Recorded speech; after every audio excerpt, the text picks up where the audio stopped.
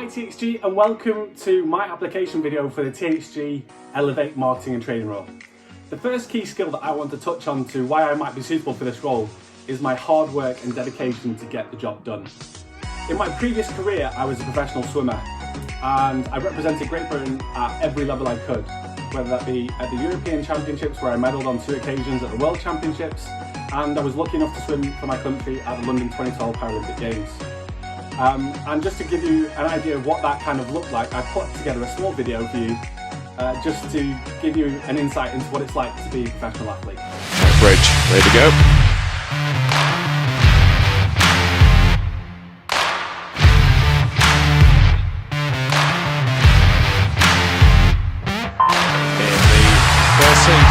Of the men's secondary, the men's 100 metres breaststroke, SB9, Jack Bridge in lane 3. Come on Jack, let's see what you've got.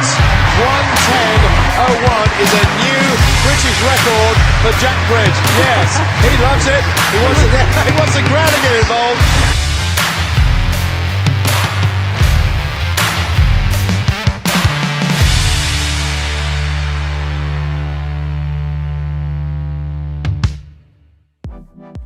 I really hope you enjoyed that small insight into what it took to get me to London 2012, to really emphasise what it takes to get the job done.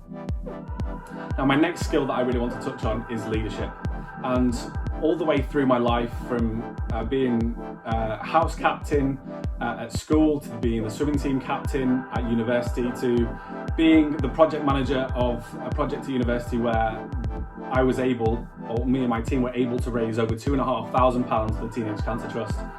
So it was me who came up with the idea, the inception, and I project managed that team all the way through to its successful completion, where we received the top grade in the whole year and we received a prize commending us for our efforts.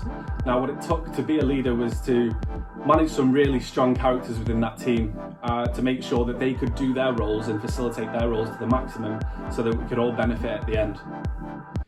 Coming away with such a high grade in that particular module meant that I was able to graduate with a first-class honours degree in sport management, and that degree was all based around the marketing and the business side of sport, whether that be looking at Premier League clubs who have in fact 5% of this country's GDP, to looking at ways in which facilities were managed, right from swimming pools all the way to athletic stadiums, or even venues such as the Metro Radio Arena in Newcastle, where they showcase boxing, basketball, all different kinds of sports.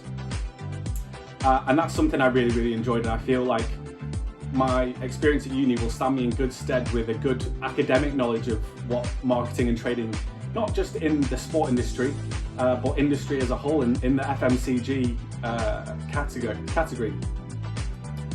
Having come from the FMCG sector for my previous role at MMR Research, I feel I'm best suited to understand the needs of an FMCG sector company like THG, whether that be with its nutrition brands, its beauty brands, its lifestyle brands, or even its luxury brands as well. I feel like I have a baseline understanding of what the requirements are to keep relevant, to keep moving forward. And I think the experience I received from MMR Research would stand me in good stead if I'm successful in this role. As a secondary part of my role at MMR, I moved into a more commercial role, and I helped the company at the early part of 2020, when we were coming to terms with the COVID-19 pandemic, how we could stay relevant as a company, how we can stay in touch with our competitors, see what they were doing, and really understand what our clients were looking for in terms of a market research firm.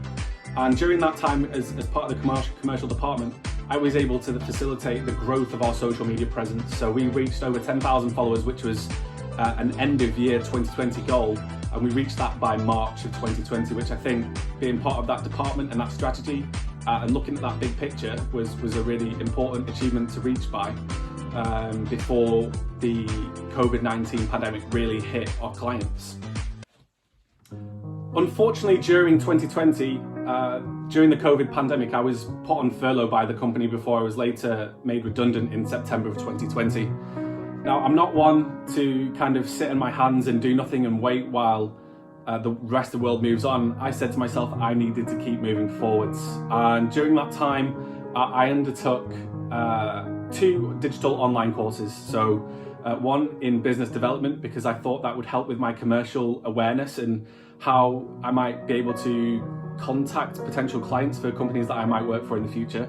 And I also did another one in digital marketing, which kind of supplemented what I already, some of the knowledge I already learned at university, but also gave me a fresh perspective on how companies such as THG, in particular My Protein, use their influencer marketing. So using the Forever Fit campaign that My Protein used to really become one with their clients.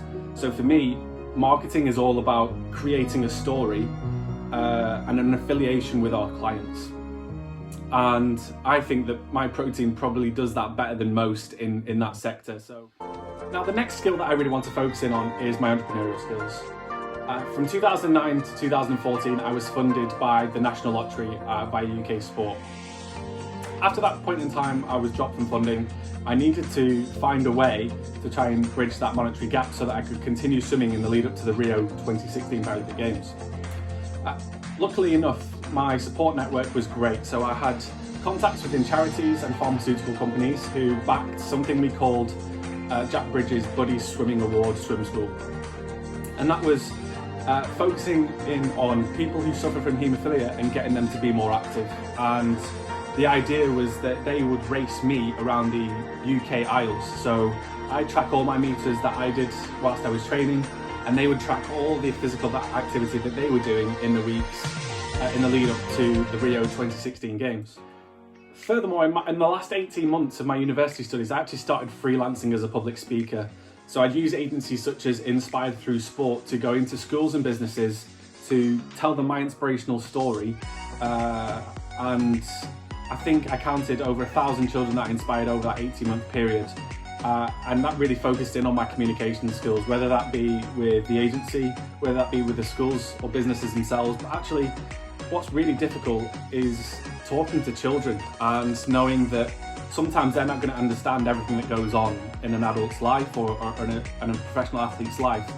But if you can find stories that resonate with children, then it resonates with everybody. If you can really simplify things so that reception kids can understand it just as much as 15, 16-year-old kids, then that pretty much means you can tell a story to anybody.